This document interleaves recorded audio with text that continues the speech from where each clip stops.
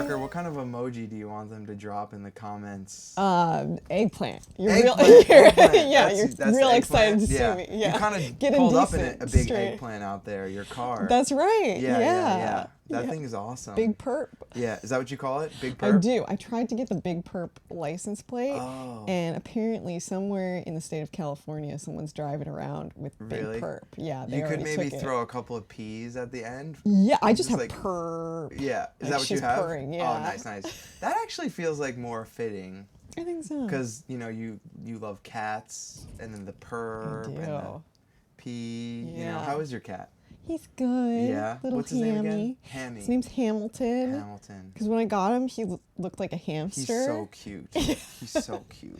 Yeah, what's not so cute is he gets dreadlocks by his butt. Oh, really? Yeah.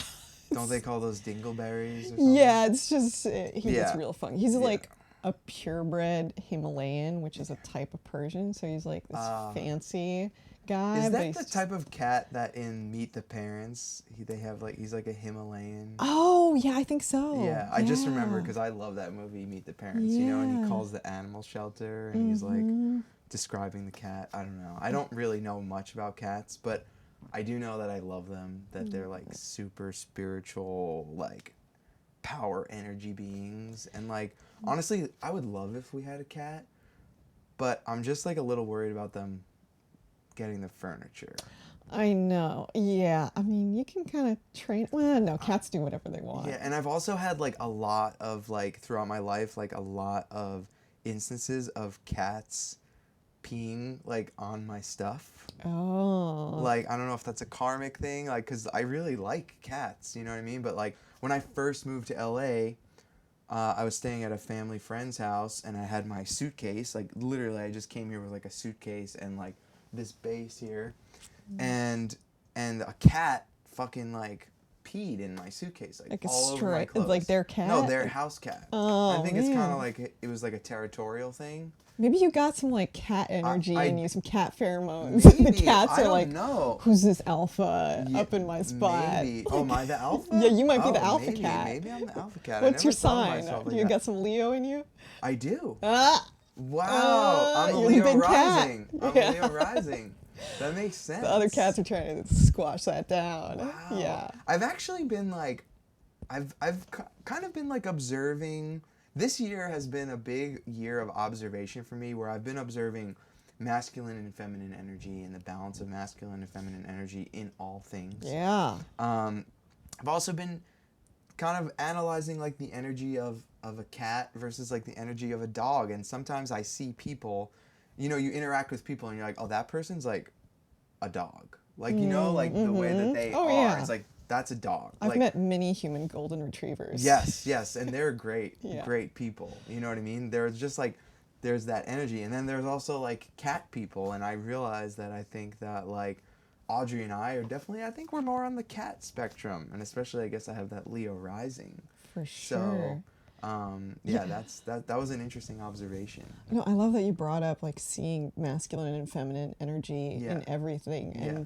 like that's something I think about a lot because I'm really into like Carl Jung, who talks about the anima and the animus archetypes. Yeah. How that's present in everyone. Yeah. And I think it's important to honor that in ourselves, regardless of our like sexuality, gender, identity, like what we're born into and raised. Like aside from all of that, there are these qualities we have. Yeah. And it's like hard to discuss today because like masculine and feminine is so fraught with like political ideas. Yeah.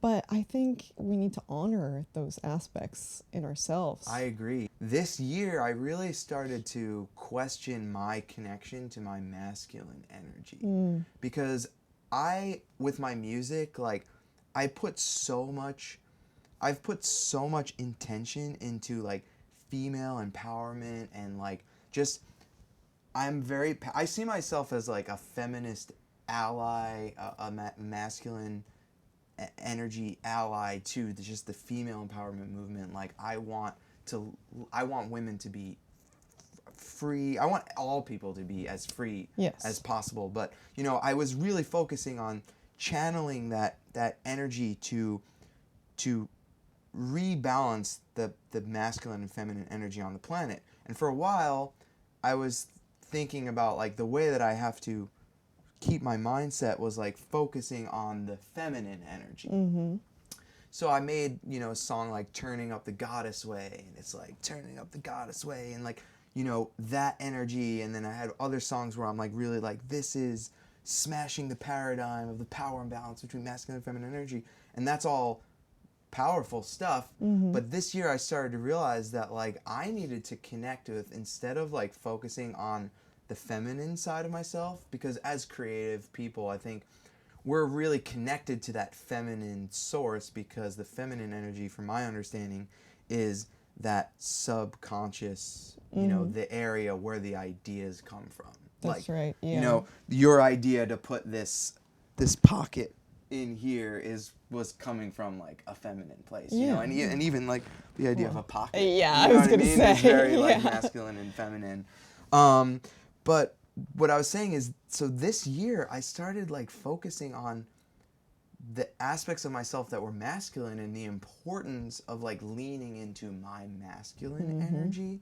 And how do you interact with like the masculine and feminine energies within yourself, like with your work, and like how do you see the way that you play with those concepts? Yeah, I love that you're like bringing this up so early on too. Yeah, I because know. It's like that's just the show. We go so deep, it's so quick. great, but what's crazy is like this is exactly what I've been thinking about as I'm conceptualizing this new series. I haven't even Cool. started yet. Oh, I love it. Yeah, like I've focused so much on female characters without even having any like intentionality around it. I just gravitated towards creating female characters for the camera, but neglecting men and the male aspect of like of life. And I think like a lot of people have a repressed animus, as Jung would say, or repressed like masculine part of themselves. And you know, it's important to like tap into what that can do for good in the world. Because like there's a lot of demonization of the patriarchy, of this toxic kind of like, masculinity. toxic masculinity. Well, what's like positive masculinity? Yeah. And like for women, historically, we repress those masculine aspects of ourselves, meaning anger, meaning like going out in the world and the drive to take action, protecting yourself. Exactly. And that doesn't just go away. That which is repressed doesn't evaporate. No, it's this strong bottles up. And it becomes like pressurized. And then if something taps it, it comes out usually in destructive ways, and that maybe toxic masculine ways.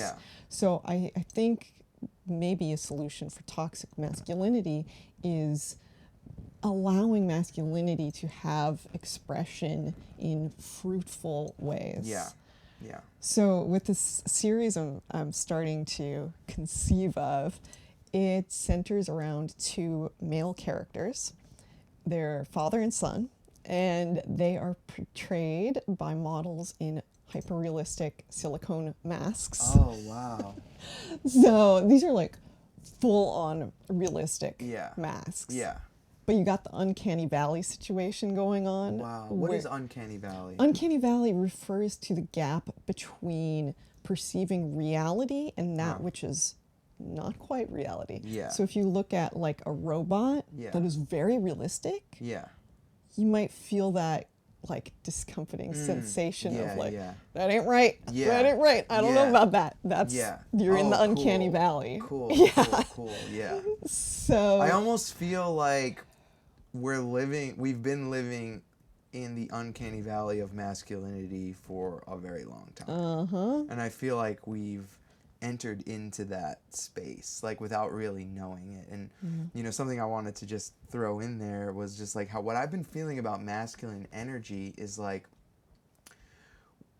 I feel like our perception as a society is like male dominated, you know, like this our society is like, you know, this white male control dominated, you know, power structure. but it's like a focus on like one aspect of like what masculine energy really is. And I feel like it's the same thing with female energy. It's like the idea of what a feminine energy is this, right? It's like pink and blue, right? Like, and which is the whole thing about colors, like that's crazy, right? Like the fact that colors. Also, I have to say we both have pink hair. That's funny. I know. Yeah. But and blue, and you're very much like the balance of those. Got the purple two. car. Yeah, the purple car. Yes. But basically, yeah, like we live in these like this society that's like so hyper focused on like masculine is this, and I agree that like we have to honor the masculine energy, but I think like we also have to shift the focus on like the spectrum of what masculine energy is, and we have to shift the focus on what the spectrum of feminine energy is. That's what I've been thinking about, you know. And one thing that I love about this podcast is having people like yourself on where we can talk about these ideas, talk about these concepts that we're playing with in our art, and then open up the conversation for the people watching so we can just talk about these ideas together, you know? It's so important because I think what like plagues our society now is black and white, or maybe pink and blue thinking, pink and blue, you know, like polarized thinking. And it's important to have conversations that go into kind of like the murky areas and explore nuance. Yeah. Because it's like people are afraid of being wrong and being exposed. It's like we gotta like open ourselves up to being wrong, because that's exploration. Yeah. And nothing is like a fixed static state that doesn't exist. I don't even really believe in right or wrong, because the world is always changing. Language is always changing. You know, everything is amorphous if you look at it on a long enough time scale. You know, so we gotta go into like those murky areas and see what we can find within our minds and our hearts. Everywhere. What do you do to push yourself in that area? How do you push yourself into the murky area for you? Well, I think you do TM. Do you still do TM? Yes. Yeah, I want to talk to you about it. Do you do TM as well? Yes. How long has it been for you? I started just before I went to France. I remember that because I meditated in a beautiful cathedral. Oh, nice. On the top of this mountain. It was so beautiful. I think that was like 3 years ago. Was this before you did like an art show in Europe or something? No, I was there for a job. And I was like super nervous because it's like, I think it was the first time I had traveled like abroad to do a job. Yeah. So I was super nervous. I love travel. I think like, if you're fortunate enough to have the opportunity to go somewhere and like work, that's like the best, because you can tap into your comfort zone as far as like, you know, your heart, your creativity, your home really is like your creativity. And then if you can take that to like a foreign place, that's a beautiful experience. Yeah. So I'm happy that you were able to have that. And I wish that everybody watching this gets to have that experience, because it's really incredible to travel with work, you know. But so you were saying? Yeah, so doing TM is so important. Yeah. And I like, I love, TM really changed my life, and I talk about that a lot. I talk about meditation, and it kind of blows my mind how closed people can be from like just taking the time to meditate. Like, I like TM because it just works, and it's just like a very easy thing to jump into. Yeah. But I love the fact that like you're on that wave too with the TM and the regular practice of meditation. Like, well, it's like I got interested in transcendental meditation because of David Lynch, because I'm like a David Lynch fan. Me from too. Way back. Yeah. And it was that book actually. The book. Yeah. Yes. Yeah. Catching the Big Fish. Yes. Yes. That was definitely the one. Yeah. So I'll put a link to it in here. So after I read Catching the Big Fish, Lynch was talking about how, like, to catch the big ideas, the big fish, you got to go into the deep waters. Yeah. And too often, like in our just day-to-day, we're like up here on the surface. That's where all the mental chatter is. Yeah. Which a lot of people aren't even aware of. Oh my God, yeah. It's wild. Like, I was talking to my husband a while ago, and I was like, is your mind like really noisy? Like, do you like have a lot of like internal monologue all the time? And he's like, what? No. And then he like thought about it, and he was like, yeah, I do. Yeah. And it's because so often we'll just slip into like having just blah, blah, blah, blah, blah, chatter, Just all day long. Yeah. And TM like helps you get to the depths. Yeah. Because I have this thing that I say to myself, which is that my greatest ideas are already in me. Yeah. Meaning, Love that. I don't need to search outside myself. Because so often, if you go like, you're just looking for inspiration on Instagram or whatever, which I do. Yeah. But you can get lost going just too far. It's really interesting, actually, because every time I have an idea, like, I get inspired. I'm like, what would Parker do? Like, how would Parker envision this? And like I love your work so much that like I am like would always just love to see how you interpret this, because I love the way you play with ideas. I love what you're about. I love where you come from, and I think that like we're both really unique and like operate in our own worlds, and have occupy our own universes, but I feel like we have a lot of similarities, but even though we're working in different mediums.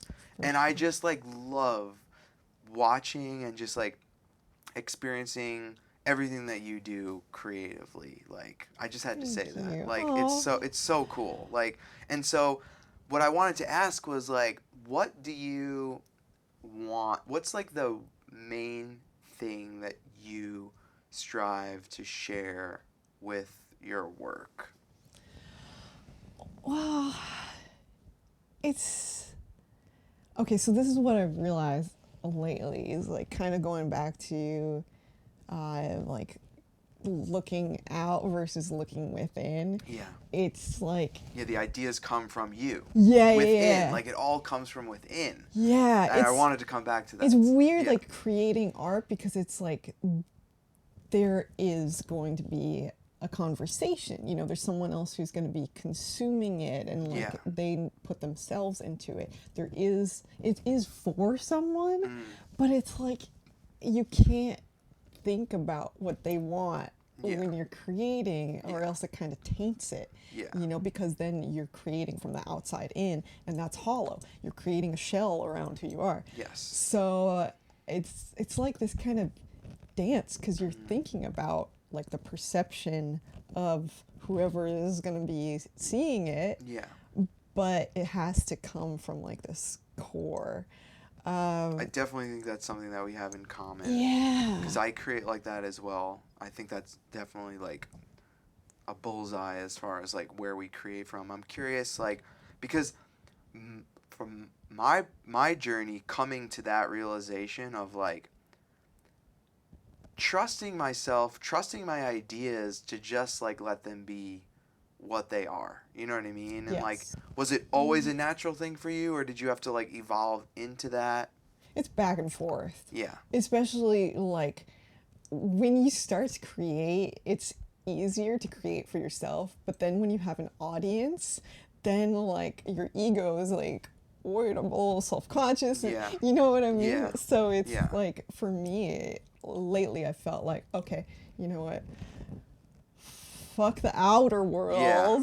Because the outer world is an illusion in a way. Yeah. I'm just going to focus on... Not even in a way. Yeah, like 100%. I know. Like, Yeah. I don't know if we want to go down that whole Yeah. rabbit hole. I think we already like totally have. Yeah, there are many rabbit holes. There's some tunnels between I them. know. We can pop in and out. Yeah. But for me, like when I really sit with why I'm doing what I do and where I find the fuel to create, it's about questioning who we are, where we come from, what constitutes an identity, what is the underpinnings of that. Because I love how people express themselves visually and through their personality. I love that, but I have this spiritual belief in oneness. And so what is that transcends all of these beautiful forms that we express ourselves in? So how can I kind of tap into like an understanding of that oneness, which pervades all, while embracing the transitory physical forms, but then in a way that like taps into that which is repeated throughout time.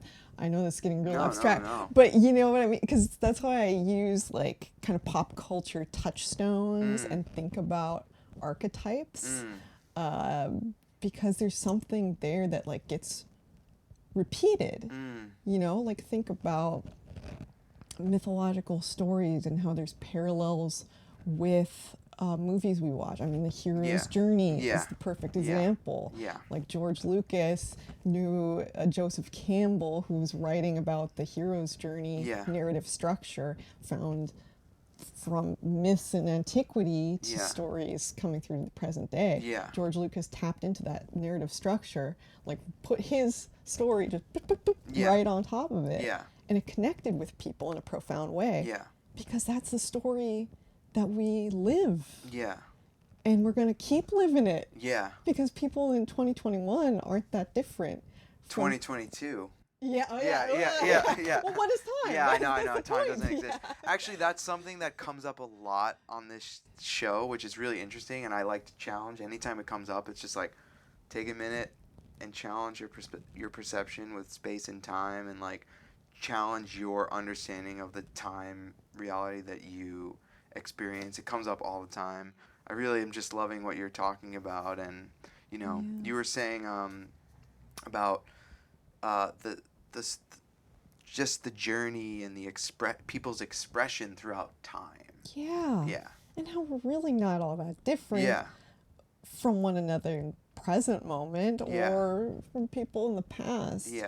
And it's like, I think the more we see ourselves and others, the better off we'll all be. And it's like distressing to me that I see just lines being drawn between groups of people. So it's like, it's so complicated because there is value in honoring unique expressions, but it's like we also have to hold at the same time the knowledge that we're all one. Or else how are we going to have empathy? So if we focus too much on these delineations, you know, cultural, gender, etc., societal, like wealth and poverty, you know, then we lose sight of that which like makes us like actually help one another. And you know what I mean? Because if you see someone as yourself, you want that person to thrive. Totally. But if you see that person as like, oh, this, even if they're above you, no one's above or below. Right. It's just like we're all just humans, you know. I mean that I just got to take a minute just to like absorb that, because that's like powerful, and like to even just wrap your head around the understanding the balance of,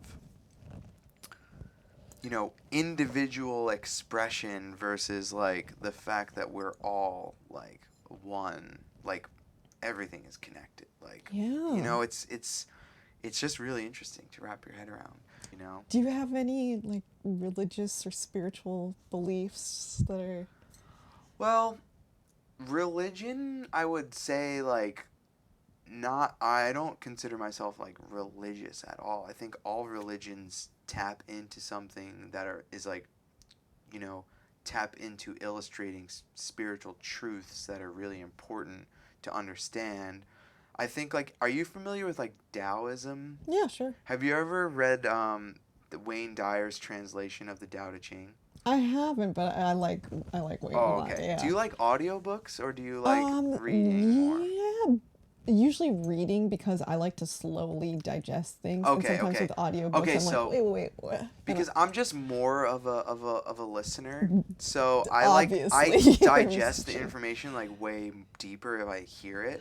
And Wayne Dyer reads all his books, so it's like it's great. I have like 2 book recommendations for you, but one is the Wayne Dyer's "Change Your Thoughts, Change Your Life." So I'll put the link in the comments.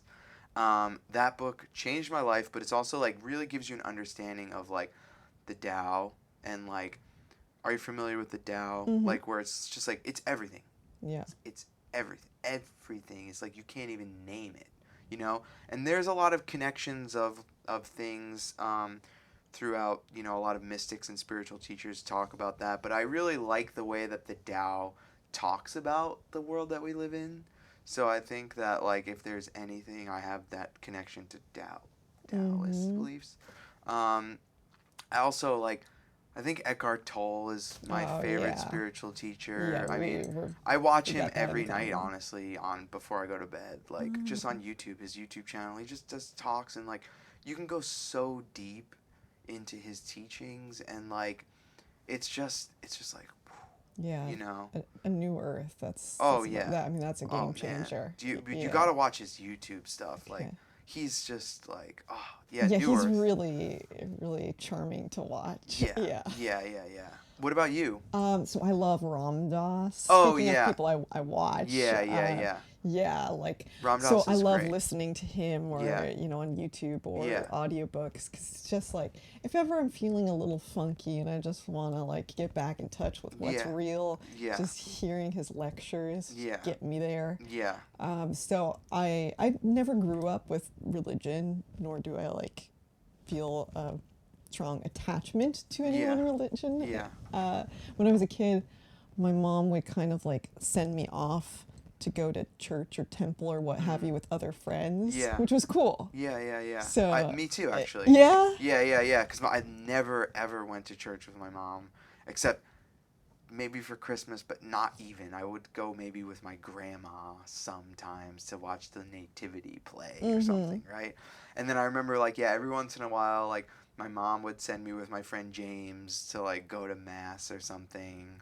Yeah. Like, and it was just because it was like you should probably do this every once in a while. That was like I think maybe what she was thinking, but like I never ever like experienced that type of stuff, and like that's just was my reality. You know what I mean? Yeah. But I did actually always have a connection to like praying. I used to like pray every night. I would kind of too, and nobody told me to do that, and I Me even either. felt a little guilty about it. Yeah. Because like my parents were not religious. Yeah. My mom was just like, "Oh, expose yourself to culture, like Yeah. go and check Yeah. some things out." Yeah. You Yeah. know. But yeah, I did have my own little funny way of praying Yeah. as a kid. What did you do? Um, I know it's funny. It's It's like, I know, it's like it's really super like intimate embarrassing. too. Like it was like a Very super intimate moment. Like I remember like laying in my bed and my mom taught me like what is it the Lord's Prayer. Or yeah like something. the standard what's like it's been so long like oh Father or like what is it like hallowed be thy name. I don't even actually Yeah, know I because my don't mom I don't know. even think told me the right words. But basically, like, I would lay in that bed, and, like, in those moments after I did that, I really did feel, like, a connection to something. Like, I felt a connection to something that I was, like, comfortable to just, like, open this channel up and just, like, just let some energy flow. And, like, I just remember having this, like, really, like, connection. And, I'd watch these infomercials with, like, the Church of Jesus Christ of Latter-day Saints, and they're like your personal relationship with God. And I remember being like, I feel like I got something like that developing, Yeah. like. So it's interesting that you talk about that because I definitely had that, What That's about you? cool. If you don't have to share your Yeah, experience, I don't know. it was always like laying in bed and being like, okay, Yeah. I mean, those laying in bed times are so important because that's when like the chatty part of your brain goes offline. Like it's like people talk about how they have great ideas in the shower or before going to bed. It's like, but I want to go back to Ram Dass. So he's like huge for me. I mean, such a big inspiration. So I have gotten into Hinduism because of him. Oh, cool. I find so much there for me. Yeah. Like particularly, have you ever heard of Advaita Vedanta? No. So it's philosophical branch of Hinduism dealing with non-duality. Oh. So Oh, that wow. that speaks to me because it's like Hinduism, you got like all these like Yeah. gods and avatars Yeah. and all this, Yeah. and it's like it can be hard to get into. Yeah, you know? yeah, totally. Though there's certain ways you can interact with those that Yeah. do kind of conform with our values today. Yeah. But with Advaita Vedanta, it's philosophical, right? So the ideas espoused are that you can get to self-realization, capital S, self-realization, you know, like transcendent, Yeah. nirvana, through basically just thinking your way there, through being and questioning. Like, okay, so Ramana Maharshi was this, I guess, sage, you could say, this great thinker, this enlightened being in India, and he's amazing. And he would teach people to like look back and see who the I is. So, you know, people would go to him and talk about like their identification with their thoughts, and then he would question them like, well, who's aware of the thoughts? Yeah. And like keep going back because Yeah. you were not your thoughts. So it's like this process of elimination. Oh, you yes, you were not yes, your yes. thoughts. You are not your body. Like, what is it that's there that allows there to be Yeah. awareness of Yeah. any of this? Yeah. You Yeah. know, like Yeah. keep going back. Yeah, yeah. What I wanted to ask on that tip was like, how do you like, what's your relationship with that, like when it comes to like creativity? You know, like, because I think about that too, and I'm like, okay, like this has been my understanding to this point in this day and time. I feel like my connection to my creativity and my art and my expression through art enables me to then have a life where I can then analyze those thoughts and like think my way into, you know, evolving my spiritual energy. And I'm curious like what your relationship is to that, because it's interesting because like it feels, I don't want to say selfish, but selfish I think is a good thing, you know? But like, you know, again, drawing a similarity between you and I, we're very like, connection to a self-expression is very strong. Yeah. Right? You know what I mean? Like, I'm sure, like, you have such a strong aesthetic that you see something and you're like, that's Parker. You know what I mean? Right. And there's an element of material surface, but like, how does that connect to that like universal I? Like, have you questioned that? Question every goddamn day. I know. That's the work. I know. That's the work, and it's find that wild truth. because like when I talk about these things in interviews, it's like I don't really know like what people expect of me, but I don't think they expect all that goes on in my head. Because a lot of people look at my photos and they're like, oh, it's like bright and fun and poppy and weird and wacky. And like, yes, it is all that. But like for me, it's like coming from all of these like ideas and this feeling and working through these questions that we all face in some way or another. Yeah. So yeah, I know the journey continues. I know, because I want to like get that through, but it's like you have to do it in subtle ways. You know, because if you look at art that's like trying to teach, my God, forget about it. No, throw it in the bin. It's obnoxious. I know. You know, like I love David Lynch so much because his movies have this space of mystery. You know, you like feel kind of unsettled, like you don't know quite what's going on. Probably Lynch didn't know what was going on when he conceived of it, but he was like tapping into something. And he like lets us the viewers go there too. So I'm always trying to like just get there. Like give that to people who might see my photos. That kind of like wonderment of just. I have a question. Yeah. David Lynch or John Waters? So my friend the other day showed me this cute photo of the two of them with a lot of hair, very young. Wow. Yeah, and I Yeah. didn't know they ever like hung out. Yeah. Yeah.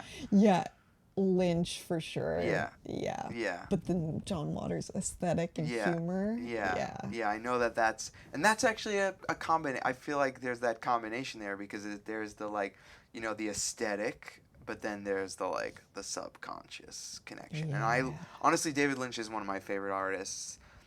I've actually only seen like a few of his. I haven't seen like his whole film work, but just like studying him as an artist and like a creative life and like his life with art is like the most like inspiring thing to me. Yeah. Like, I mean, so he never talks about like why he's made any artistic choices. Yeah. And I so respect artists like that, but I'm such a blabbermouth. Like I don't think I am capable of holding that level of mystique around myself. Yeah, that's interesting. I mean, the reality of being an artist in 2022 is a lot different than I think it was when you know 90s what I mean? even. Yeah, I mean, or 10 years ago, or like, the sphere is changing so much. And that was another thing I wanted to ask you, which is like, what's another parallel is like, I'm working in music, you're working in photography. Both of those mediums are, I don't want to say oversaturated, but there's so much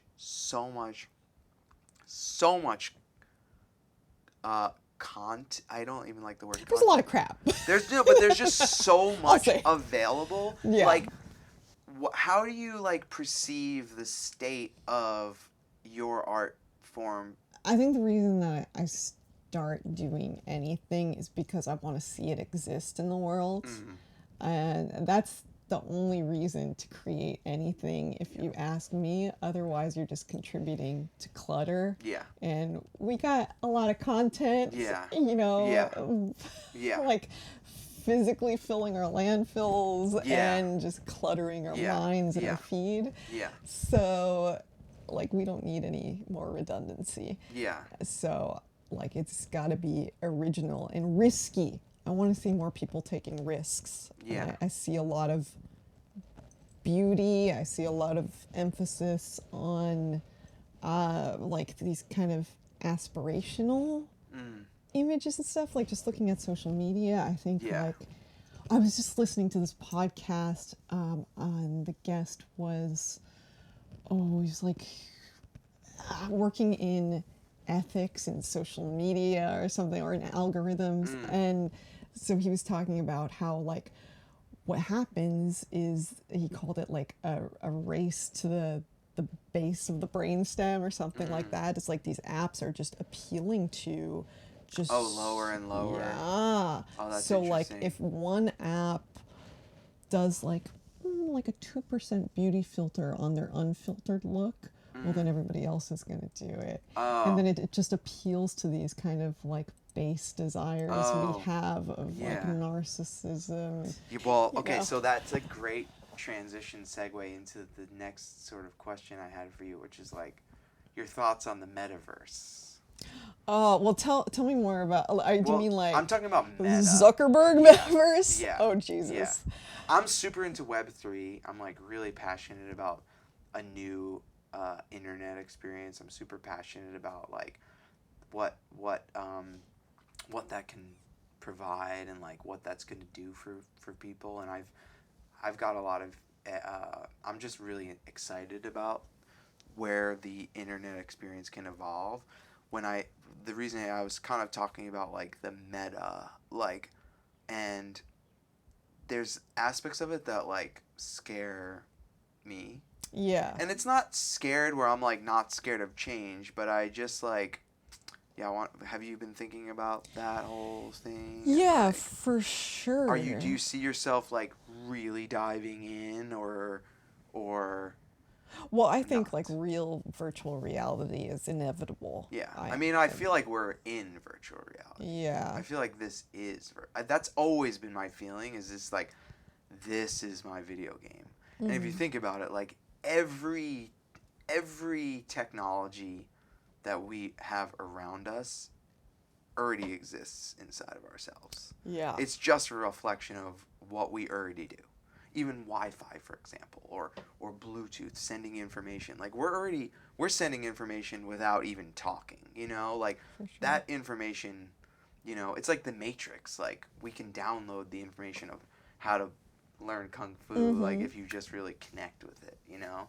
Yeah. But yeah, I'm curious what you think about like just the evolution of because you, like I've been saying, are so connected to the expression of the human, of the flesh and the blood Yeah, of the I human, love the it. flesh and blood Yeah. human. So like, what are your thoughts on like there being like the digital expression of those things? Yeah, well, I think that the way we are evolving is more towards consciousness, towards our minds. I mean, even if you think about like where we came from as hairy creatures that were very like strong and stocky.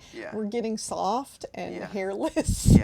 And I mean, in the future, we're just gonna be like mushy. Did you ever see WALL-E? For our minds. Did you ever see WALL-E? Yeah. We just watched that for the first time like 2 days ago, and it's crazy because their bones like. They start to like lose bones and stuff, and they're just like floating around. For sure. It's really interesting. Yeah. It's pretty interesting how futuristic that movie, like, and how like accurate that movie is, because it's like the corporation, and the people are just like literally just like buying stuff, like drive. It's like. Yeah. I gotta watch that again. Yeah, you should. It's pretty interesting. Pixar is on like. Did you see the movie Soul? Oh yeah, that was so good. Oh, yeah. Yeah. So satisfying. Spot on. Like, wow.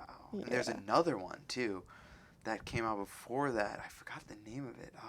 Oh, about the, like, the with emotions? Yeah, that was in the brain? Good. Like, that was crazy. Yeah. What was that called? I forget. But... Yeah, check that out. Yeah, because we are like emotions. Where the memory and the memory's like falling, and the memory like, oh man, that movie's like. Now I want to go off on a tangent about like dopamine and like. Oh yeah. But, yeah. What did you want to say about? Oh dopamine? Well, no. I mean, we like. Again, with identifying with what isn't us, you know, we identify with our feelings, and we are like so hooked on dopamine with like the gratification we're getting with likes and comments and just scrolling and like wanting to see something. We're all dopamine addicts, you know, because you get that little hit of dopamine every time you get like this feedback. Yeah. And it creates a dopamine deficit where it's like being a junkie, you know, like you crave more. Yeah. And so like the more you get, the more you slide into dopamine deficit. And I mean, that's just like the neurological fact. It's so obvious like how that's connected to more and more people being depressed. Exactly. Exactly. I mean, think about how simple life used to be, you know, like what? I prefer to live now, though. Yeah. We were talking about that yesterday, and it's like, I'm very happy to be alive right now. We just have new problems, and we don't have new solutions for these new problems yet. I think that's it. Like, I love the present day. I have no desire to go back. But anyway, just wrapping up, like, the metaverse, like, any thoughts? Yeah, well, I mean, like, let's talk about NFTs a little bit. Oh, yeah. So... Okay, so I'm super into NFTs, and I'm working on this like NFT like project. Oh, sick. And I'm figuring out how to like dive into that, because I've worked with like a lot of really awesome visual artists since I started Nudes. Like, it's always collaborating with cutting edge like visual artists has always been my thing. You know, that's what brought me to you, right? Yeah. And I saw the picture, because I wanted to mention this picture as well, so I'm happy that we're talking about it. You put up this picture recently of like, I don't know, maybe was it like, were they in a hot tub? It was like this like 80s like party in a With hot the tub. bubbles and the babes. Yeah, and there's like and 5 people, yeah, and yeah, it looks yeah. like this like Motley Crue video. Yeah, the guy in the center, yeah, smart yeah. deaf. He has And a I was just boa like, and... I just saw that, and I was just like, yes. I was like, yes to everything about this. Like, I mean, I think I even commented, like, this is absolutely incredible. Or I commented flame emojis or something. But I was just like, this is so good. Like, that vibe just, like, jumped out at me. And that made me, like, in my head, I was just like, what is the NFT expression of, like, this? And, like, what are your thoughts on that?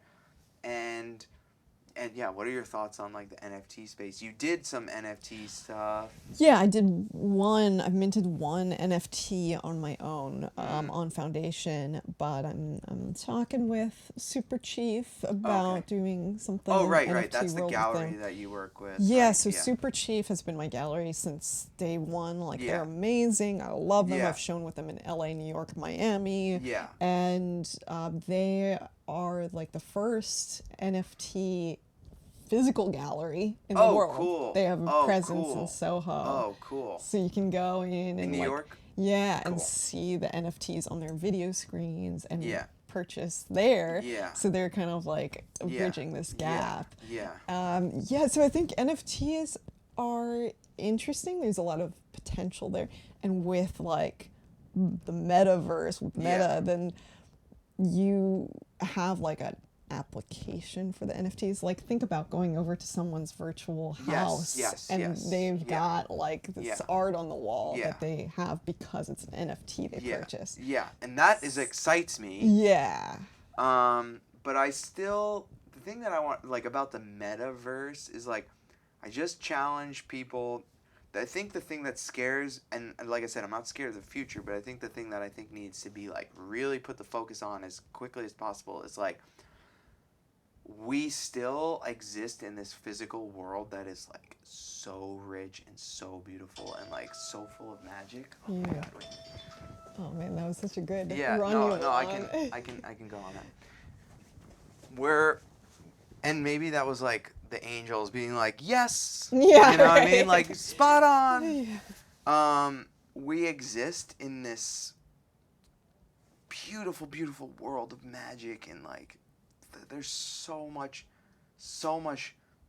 of this planet that we have to preserve, and I'm just worried that, like, we're reaching a point where, like, we as a species have to, like, really come to, like, confront our connection with our world. And this is connected to my dream, actually. This is how everything comes full circle, because it's really about, like, I'm very passionate about the fact that humans need to connect with their magic and the magic of the world around them for us to, like, I envision a future where, like, humans and animals and plants, like, we're all together, like, making the world, just, like, enriching the planet, saving the planet, bringing the planet back to life, being more powerful than ever before. And I did this music video. I did a collaboration with a 10-year-old. The song's called Green. I don't know if you ever saw it, but that's what this video is about. And I'm just want to, like, bring to people's attention that I think that they should question the fact that, like, we're facing this moment and it's been hard, and, like, you know, 2020 really put that in perspective for people, to question their relationship with their energy and all this stuff. But, like, now is now the time to, like, dive in and just be like, oh wait, I'm gonna go live another life in a digital world, and, like, forget what the world is trying to show you, because we can, like, assume the responsibility of, like, connecting our magic to the power of the planet and, like, bringing that back. And that's, like, how I see our responsibility, as I see that as a human responsibility. Who's ever gonna step up to the plate with me, like, let's go. Like, that's what this community is about. It's about, you know, connecting you with your creativity so you can use your creative potential and connect with your magic to make the world a better place. That's what it's about for me.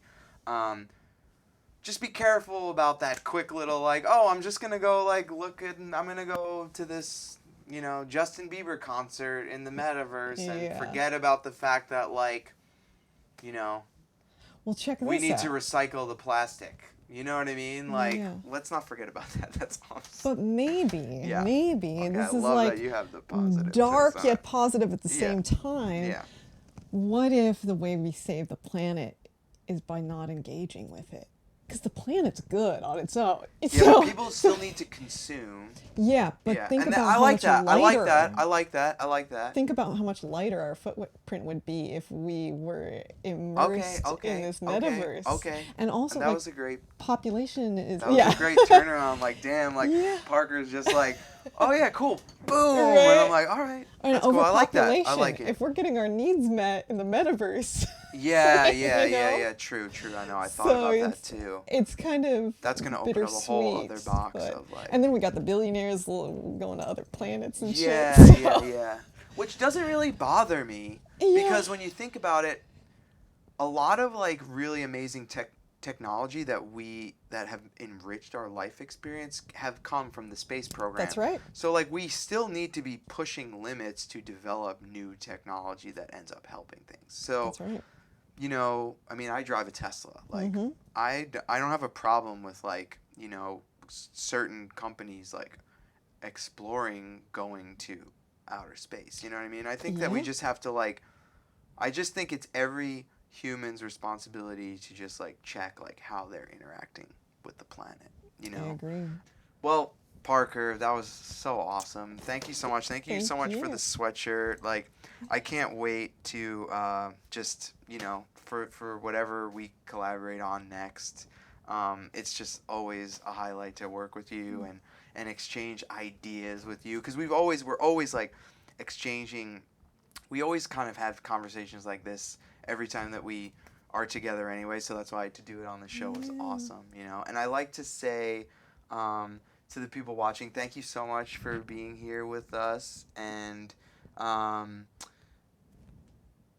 close your computer, turn off your phone, go take a walk outside, do some breathing, and you know, maybe go do a little meditation or take a walk outside, or you know, Squeeze a cat. yeah, hug a cat, Yeah. pet a goat, or whatever animal you have around, Yeah. like, and yeah, just like enjoy digesting the information that we talked about because this was a really awesome one, and I'm really grateful to have had you. So thank you so much. Thank you so much. Yeah. It's such an Woo. honor. Yeah.